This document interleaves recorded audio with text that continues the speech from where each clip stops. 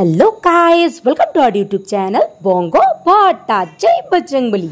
ভিডিওর ইন্ট্রোটা তো সবাই দেখলে, কিন্তু গতকাল মহালয়ার ভিডিওটা কি দেখেছো তোমরা? যদি না দেখে থাকো তাহলে যাও আগে গিয়ে দেখে আসো। এটা কিন্তু সেই মহালয়ার শুটিং এর দিনেরই ভিডিও। আজ এই ভিডিওতে তোমাদের সাথে শেয়ার করব যে মাম্মামের মহালয়ার ভিডিওটার দিন আমরা কি কি করেছি আর কিভাবে ভিডিওটা শুট করেছি। মাম্মা থ্যাংক ইউ কাকু। পাঁচটা সময় তোর মেয়ের জন্য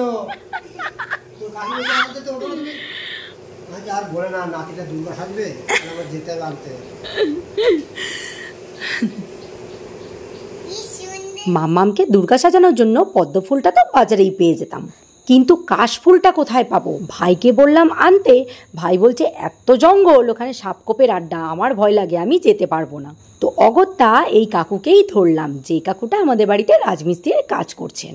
মনে আছে কদিন আগে এই কাকুটাই কিন্তু আমাকে পদ্ম পাতা এনে দিয়েছিলেন। তো এই কাকুটাকে বলতেই কাকু পদ্ম ফুল আর কাশফুল এনে দিয়েছেন আজকে সকালে। আর আজ অনেক সকালে আমাদের বাড়িতে কাকুরা কাজ করতে এসছেন। তো ঘুম থেকে উঠেই এইগুলো পেয়ে যে কি খুশি হয়েছি আমি কি বলবো। তো এখন দেখো মামামের সব সাজ সরঞ্জামের বেডিং পত্র গুছিয়ে আর হাতে ত্রিশূল আর কাশফুল নিয়ে চললাম ওই বাড়িতে, মানে আমাদের পুরনো বাড়িতে। আরেকটা কথা, এই ত্রিশূল আর ত্রিশূলের ফলাটা কিন্তু সেই আমাদের বাড়িতে কদিন আগে আমার ছোট মাসি আর ইমন এসেছিল না, ওই ইমনই বানিয়ে এনেছিল ওদের বাড়ি থেকে। আমি শুধু জাস্ট একটা লাঠির মধ্যে এই পেপারটা পেঁচিয়ে ত্রিশূল আর ফলাটা আঠা দিয়ে লাগিয়ে নিলাম, ব্যাস ত্রিশূল রেডি। আর হ্যাঁ, আরেকটা কথা, দুর্গা সাজার জন্য কিন্তু মাম্মাম একদম রেডি। কি মা? মা দুর্গা? মাঠটার কি অবস্থা, কাদা কোদায় ভুইরা গেছে রে। তো আমরা দেখো এবার পুরনো বাড়িতে চলে এসেছি। এইটা হচ্ছে আমাদের পুরনো বাড়ি। তোমরা নিশ্চয়ই আমার অনেক ভিডিওতে দেখেছো এই বাড়িটা। এই বাড়িতেই আমি জন্ম থেকে 7 বছর ছিলাম, তারপরে চলে গেছিলাম আমাদের নতুন বাড়িতে। তো এই বাড়িতে এখন আমার কাকা আর কাকিমারা থাকেন। তো এই বাড়িতে এত গাছপালা আছে বলে এই বাড়িতেই আসি ফটো ভিডিওগুলো তুলতে। চলে আসো মা দুর্গা। উড়ি বাবা, আয় আয়, শুটিং করতেই যাচ্ছ?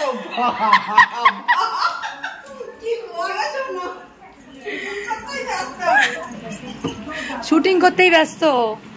ও মা শুটিং করতেই ব্যস্ত। সবার আগে একটা কথা বলি, এই যে মহালয়ার শুটিংটা করেছি এটা পুরো মহালয়ার একটা সপ্তাহ আগের ভিডিও। আর এই বাড়িতে এসে মামামকে মেকআপ করতে বসাতে আমার প্রায় বেলা 11টা বেজে গেছে, আর মেকআপ শেষ হয়েছে দুপুর 1টার সময়। সবার ফার্স্ট তো দুর্গার মেকআপ করতে অনেকখানি টাইম লাগে, তারপরে আবার এই আমার মেয়ের 3.5 বছর বয়স, এইটুকু বাচ্চার ওপর বলতে পারা যায় প্রপার দুর্গার মেকওভার করা। সত্যি বলছি, বিশ্বাস করো একদমই এটা সোজা কাজ না, ভীষণ ক্রিটিক্যাল। তার উপর দেখো আমি একদমই মেকআপ আর্টিস্ট না যে আমি খুব ভালো মেকআপ পারি, যেমন আমি পারি তেমনই করেছি, প্লিজ কেউ খুঁত ধরবে না। বয়কাট চুল দুর্গা। এরপর এলো এই ক্রিটিক্যাল কাজ। ওরে বাপরে বাপ, এই ছোট চুলের মধ্যে এই বড় চুলগুলো লাগানো, ফলস চুলগুলো, কি যে টেনশন আর কি যে চাপের কাজ। ওরে বাপরে বাপ, একবার লাগিয়েছি চুল তো ঝপ করে খুলে পড়ে গেল, আবার লাগাতে হয়েছে। তার উপর কানে ফুটো নেই, এই টানা দিয়ে কানে ঝুলিয়ে রেখেছি কানের গুলোকে। চলো এতক্ষণে হলো, এবার ভিডিও শুট করি। ঘড়িতে দেখো 4টা বাজে, যাচ্ছিলাম একটা। জয় বজরংবলী। মা দুর্গা রেডি তুমি? চলো যাচ্ছি আমাদের মণ্ডপে। আমার মণ্ডপটা তো জানোই একদম মাঠের সামনে। তো চলো আজ আর এখানে দেখি সেরকম কিছু করার ইচ্ছা নেই, চলো মণ্ডপেই যাই, দেখি কি করা যায়।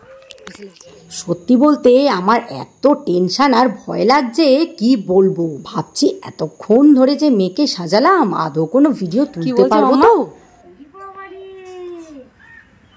চেনা যাচ্ছে না বলছে নাকি?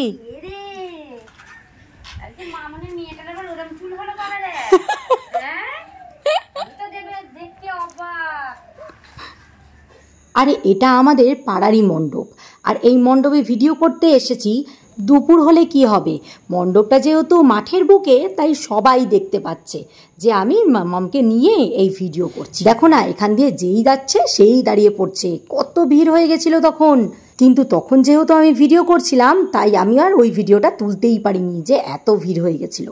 আর এত লোকের ভিড় দেখে মাম্মাম যে ভিডিওতে মন দেবে সেটাই পারছে না। আসলে মাম্মাম একটু লজ্জা লজ্জা পাচ্ছে। বাট আমার মেয়ে তোমাদের মাম্মাম ভীষণ আমাকে কোঅপারেট করেছে, সেটা মেকআপ করার সময় কি আর ভিডিও তোলার সময় কি। অ্যাকচুয়াল কি জানো তো, ও এটাকে ভীষণ এনজয় করে। আর এই ভিডিও শুটগুলো আমি কিন্তু ওর ইচ্ছাতেই করি, আমি জোর করে ওকে কিছু করাই না। জাস্ট আমি জায়গাগুলো বলে দিই, মাম্মা এরকম করতে হবে এরকম করতে হবে, ও এইভাবেই করে ফেলে। হচ্ছে শান্তি না, চকলেট খেতে হবে না, এখন জামা কাপড় ছাড়, বেশি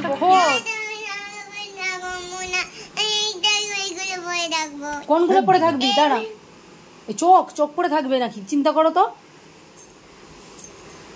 কি সব খোল, স্নান করবি, চল, 2:30 বাজে। কি বলে ও? তা কি করবি? এইভাবে দুর্গা সেজে থাকবি? হায় আমার কপাল। শুনলে মাম্মামের কথা কি বলবো আর, বাপ রে বাপ। অনেক বুঝিয়ে শুনিয়ে মাম্মামকে এখন ড্রেস পোশাক ছাড়িয়ে চট জলদি ব্যাগটাকে গুছিয়ে নিলাম। ভিডিও করে আসতে 2:30 বেজে গেছে। আর এখন মাম্মামকে স্নান টান করিয়ে, এক তো সাদা কাপড় তাই ভালো করে ধুয়ে দিলাম, কারণ ওখানে অনেক জায়গায় বসেছিল আর দাঁড়িয়েছিল তাই নোংরা লেগে গেছে, তাই যাতে নোংরা দাগটা না বসে যায় তাই ধুয়ে দিলাম। সাজবি আর সাজবি